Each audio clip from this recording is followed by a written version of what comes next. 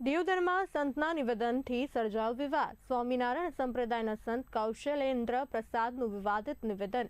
કાર્યક્રમ દરમિયાન કહ્યું, બદનામ હુએ તો ક્યા હુઆ, નામ તો હુઆ। 3 માર્ચે દિયોદરમાં કાર્યક્રમ દરમિયાન આ નિવેદન આપ્યું। સંતની ભાષા પર ભક્તો અને સમાજમાં ચર્ચા। નિવેદન યોગ્ય છે કે નહીં તે અંગે પ્રશ્નો ઉઠ્યા છે।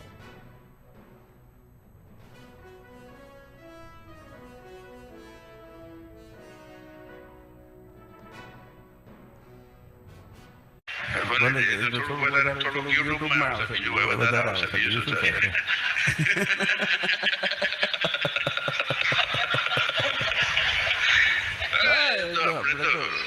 બદનામ હોય તો ક્યાં હુઆ, નામ તો હુઆ।